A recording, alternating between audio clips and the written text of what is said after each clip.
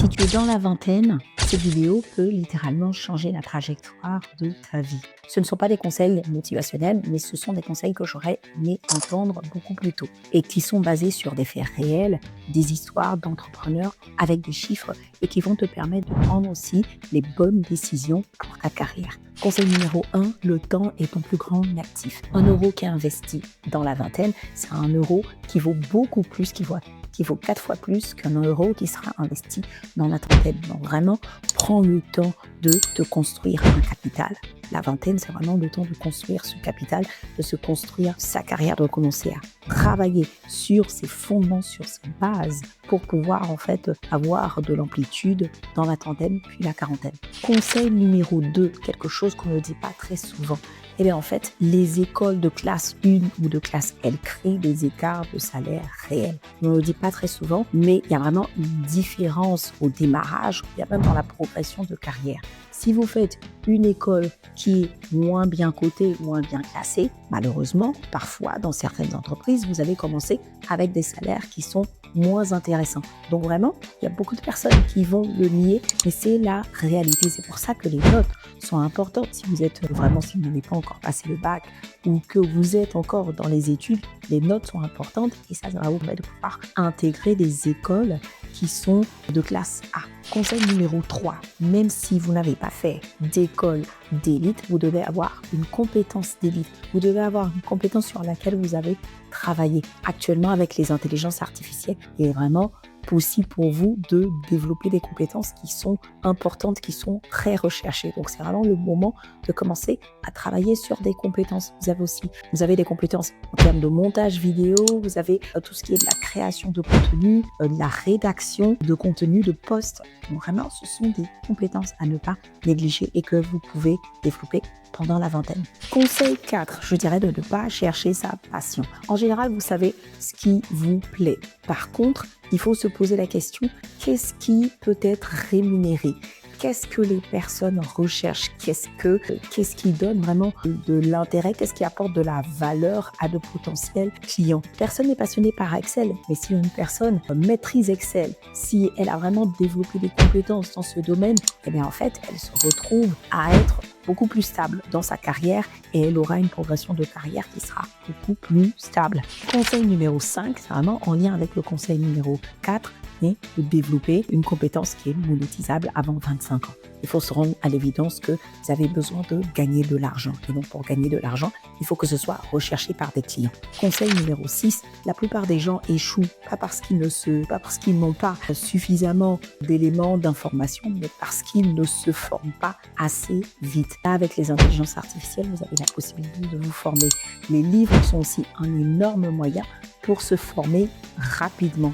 Vous avez un livre, vous pouvez, au lieu de faire parfois des formations sur un an, avec plusieurs livres, vous pouvez raccourcir la période de formation et c'est quelque chose que de nombreuses personnes négligent. Conseil numéro 7, l'argent, ce n'est pas le problème. Vraiment, le problème, c'est l'ignorance financière. Et c'est vrai que de ne pas savoir comment fonctionnent en fait les banques, qu'est-ce qu'elles recherchent, comment est-ce qu'elles vont accorder du crédit à une personne et pas à une autre, comment fonctionne une dette, est-ce qu'il y a les bonnes dettes, quelles sont les bonnes dettes, quelles sont les mauvaises dettes. Ça, c'est vraiment important parce que ça plombe énormément, parce qu'on peut faire de mauvais choix, malheureusement, et ce sont des choix qui vont plomber le reste, en tout cas toute une décennie ou pendant longtemps. Donc, c'est vraiment important de se former et de savoir d'avoir une intelligence financière. Conseil 8, ça je le dirais, et je le dirais pas assez, d'apprendre à vendre. Vendre, ce n'est pas simplement pouvoir raconter plein de choses, mais c'est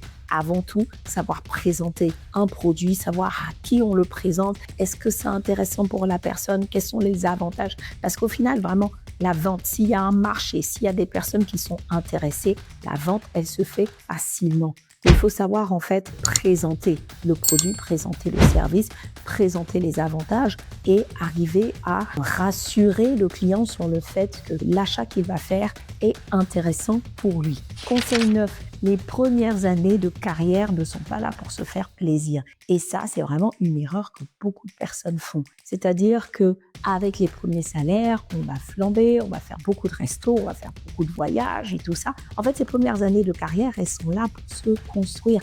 Elles sont là pour construire un capital pour l'investissement. Elles sont là pour asseoir les fondements. Et donc, ces premières années de carrière, elles sont très, très importantes. Vous pouvez accélérer là ou vous pouvez aussi prendre du retard pendant ces premières années de carrière. Conseil numéro 10, regardez le parcours des entrepreneurs. Regardez vraiment ce qu'ils ont fait avant de regarder le succès. Et on ne voit pas, en fait, tout le travail qui a été derrière. On ne voit pas que Steve Jobs, par exemple, a été renvoyé de sa société. On ne voit pas qu'une société a mis 20 ans avant de pouvoir, un entrepreneur a mis 20 ans avant de pouvoir revendre sa société. Et vous pouvez lire, je vous invite vraiment à lire les histoires de milliardaires. Vous allez voir en fait qu'il y a des stratégies qu'ils ont mises en place et ça s'est fait sur de nombreuses années. Il y a des sociétés qui ont été créées, elles avaient des produits, ça ne marchait pas. Elles étaient obligées de lancer d'autres produits, de tester d'autres choses. Et ensuite, quelques années après, elles sont revenues avec le même produit, un nouveau marketing. Et ça a permis d'apporter le succès. Donc vraiment, ne vous basez pas sur la fin en vous disant, OK, telle personne a tel résultat. Mais ça a pris du temps. Moi, en général, ce que je fais, c'est quand j'entends parler d'une société, même des sociétés contemporaines, je vais me renseigner, je regarde sur société.com, Papers, quelle est la société, quand est-ce qu'elle a été créée. Et là, vous allez avoir les vraies histoires derrière parce que vous pouvez lire sur LinkedIn, telle société, maintenant je fais 3 millions, 4 millions, 10 millions. Mais en fait, ce sont des sociétés qui ont été créées il y a 6, 7, 8 ans, 9 ans. Il y a des success stories, il y a des histoires, il y a des sociétés qui se construisent très, très, très rapidement. Mais si toutes les sociétés avaient énormément de succès dès le premier jour, ça se saurait et tout le monde serait entrepreneur et tout le monde serait milliardaire. Mais en fait, non. Il y a un fort taux d'échec, malheureusement, dans l'entrepreneuriat. Et donc, c'est ce qui fait que du coup, c'est assez difficile, qu'il faut vraiment regarder et comprendre qu'il y a un parcours qui est construit et que le succès prend du temps. Conseil numéro 11. Je vous dirais en fait de vous concentrer sur votre carrière, sur votre chemin, sur ce qui est important pour vous et où est-ce que vous voulez aller. Visualisez vraiment dans 10 ans. Qu'est-ce qui va être intéressant pour vous? Qu'est-ce que vous voulez faire? Plutôt que d'essayer de se comparer. Il faut vraiment regarder ce qui est important pour vous. Et par contre, vous dire que si c'est important pour vous, vous y allez à fond et vous le faites. Vous n'avez aucun regret. Vous n'êtes pas là pour tester, mais vous êtes là pour agir, pour que votre société puisse vraiment, vraiment fonctionner. Si vous voulez être entrepreneur, si vous voulez être dans une carrière en tant que salarié, vous y allez à fond. Conseil numéro 12. Si vous n'avez pas suffisamment d'échecs, c'est qu'il n'y a pas eu suffisamment de risques. Je dis ça, en fait, comprenez bien. L'idée, c'est que dans la vingtaine, vous identifiez vraiment les éléments, les choses que vous voulez faire. Parfois, il y a des choses qui vont vous faire peur, mais vous y allez. L'idée, c'est que vous puissiez approfondir ces sujets, que vous puissiez développer une expertise là-dessus. Il faut 10 000 heures, il faut à peu près 6-7 ans, vraiment être un expert dans ce domaine, dans vraiment la compétence, le domaine que vous avez choisi, mais vous y allez à fond. Et donc, en testant, en essayant, en cherchant, vous allez rencontrer des difficultés, vous allez échouer. Mais en fait, ces échecs, ils sont très bien, ils sont bénéfiques parce que c'est toutes les leçons que vous allez accumuler qui vont faire que vous allez avoir tout le succès sur la vingtaine et la trentaine et plus tard dans la quarantaine. Conseil numéro 13. Alors là, il faut prendre des conseils. Donc vraiment, c'est très, très, très important. Prenez des conseils avec des personnes qui ont réussi à faire ce que vous voulez faire. J'ai rencontré et je rencontre des personnes qui disent non, il n'y a pas forcément besoin de prendre des conseils avec les riches ne savent pas forcément tout. Mais en fait, si dans le domaine financier, vous souhaitez améliorer votre patrimoine, vous souhaitez accroître votre patrimoine, vous souhaitez avoir de bons investissements, il faut prendre des conseils avec quelqu'un qui a réussi dans ce domaine financier. Après, si c'est concernant par exemple l'immobilier, vous allez aller prendre des conseils avec quelqu'un qui réussit dans le domaine de l'immobilier, c'est-à-dire qu'il a fait plusieurs achats. Si vous voulez des conseils sur votre business, vous allez aller prendre des conseils avec des personnes qui sont dans votre domaine, qui ont réussi à faire ce que vous voulez faire dans le domaine, vraiment dans le business que vous voulez créer. Et c'est ça, en fait, c'est pas forcément mettre les riches sur un piédestal, mais c'est facile de dire riche, mais quand on dit riche, on pense aussi à des personnes qui ont réussi dans certains domaines. Et c'est ces personnes-là, c'est vers ces personnes que vous devez vous tourner. Vous ne devez pas prendre des conseils avec des personnes qui n'ont pas réussi à faire ce que vous voulez faire. Vous allez juste vous plomber. Conseil numéro 14, la discipline avant tout. Donc la discipline, c'est quoi? C'est vraiment faire ce qu'il faut faire, même quand vous n'avez pas envie de le faire, parce qu'il faut le faire. Et la discipline, elle va toujours battre la motivation. Maintenant, quand je dis ça, c'est facile à dire. Par contre, c'est important que la discipline elle soit travaillée au jour le jour, même sur des petites choses. Ça peut être avec le sport, ça peut être avec l'alimentation, ça peut être avec une sortie, une marche. Et ça, à partir du moment où vous avez décidé de faire quelque chose, c'est bien de garder cet engagement et de garder cet engagement vis-à-vis de vous-même. Conseil numéro 15, la réputation est très importante et elle commence super tôt. Et là, à l'ère des réseaux sociaux, même si vous êtes en études, vous avez la possibilité de commencer à développer votre réputation. Sur les réseaux sociaux, vous avez LinkedIn, vous pouvez commencer à écrire des posts ou des articles sur des sujets qui nous intéressent. Ça, ne négligez pas parce que honnêtement, d'ici 5 ans, vous aurez accompli beaucoup plus qu'une personne qui n'aurait même pas commencé. Vraiment, ne négligez pas votre réputation et surtout la réputation sur les réseaux sociaux. Conseil numéro 16, ne pas sous-estimer le réseau. Et ça, c'est très important. Et le réseau, ce n'est pas forcément toutes les personnes avec lesquelles on a travaillé, mais le réseau, il se construit lorsque vous participez à des événements, lorsque vous échangez et vous créez du lien aussi sur les réseaux sociaux avec des personnes. Donc, tout ça, ça fait partie d'un réseau que vous allez développer. Si vous savez que vous voulez évoluer, par exemple, dans le milieu de la mécanique auto, vous pouvez, par exemple, rechercher toutes les personnes de la mécanique auto, participer à des événements autour de l'automobile. Donc vraiment, vous allez creuser et développer cette niche, rencontrer des personnes dans ce domaine, quitte à simplement dire « Ok, on s'était rencontré à quel événement ?» C'est juste ça, mais au moins vous avez rencontré la personne, vous gardez le lien sur les réseaux sociaux et en plus, si vous écrivez des articles, cette personne-là, elle apparaît, elle vous verra en fait dans son fil d'actualité, ce qui fait que progressivement, en fait, elle sera marquée parce que vous aurez fait. Conseil 17, gérer son énergie, c'est très très important. On ne le dit pas assez, mais prendre soin de sa santé, gérer son énergie. On a l'impression que la vingtaine, on peut tout faire, on est Superman, il faut boire comme il faut, comme on veut. Certains aussi prennent des substances, d'autres substances. Honnêtement, la santé, c'est le capital et c'est très très important. De nombreuses personnes le recrutent à 50 ans. On a l'impression que 50 ans, c'est loin.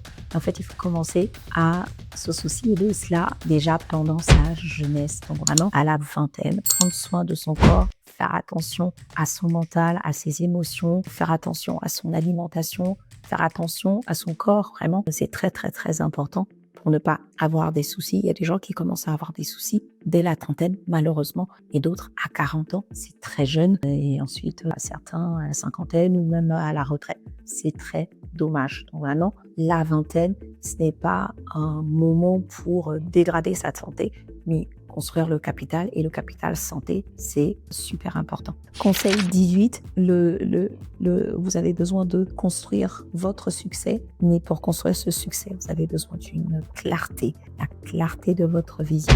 Où est-ce que vous voulez aller? Qu'est-ce que vous voulez faire? Qu'est-ce qui est important pour vous? Parce que si vous ne savez pas ce qui est important pour vous, vous allez vous lancer dans une activité et vous rendre que ça ne marche pas. Concrètement, je vous donne mon exemple. Moi, j'ai lancé des activités, des business et je m'étais rendu compte que soit je ne voulais pas évoluer dans cet environnement, l'écosystème, ou je me rendais compte qu'en fait, ce domaine ne m'intéressait pas. Vraiment par rapport à comment est-ce que j'avais grandi, j'avais évolué par rapport à mes principes de vie. Donc, si vous êtes quelqu'un qui fait très attention à sa santé, qui est dans tout ce qui est healthy, et que vous entendez parler, par exemple, d'une chaîne de fast-food qui marche très, très bien, réfléchissez à 2 fois avant de vous lancer pour ouvrir, par exemple, votre chaîne de fast-food si vous n'êtes pas dans cette orientation. Parce qu'il peut y avoir vraiment une dichotomie, un problème pour vous, parce que demain, vous allez devoir faire coïncider, en tout cas, cohabiter vos principes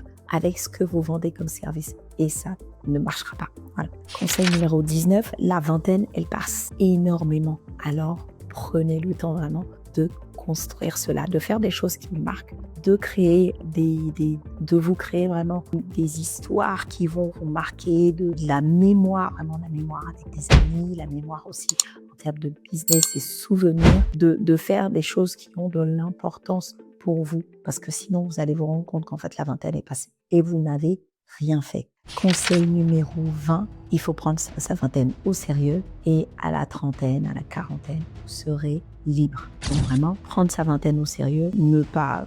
Bien sûr, il y a des personnes qui ont fait la fête tout le temps, mais rendez-vous compte que les autres années, les autres décennies, elles se construisent avant.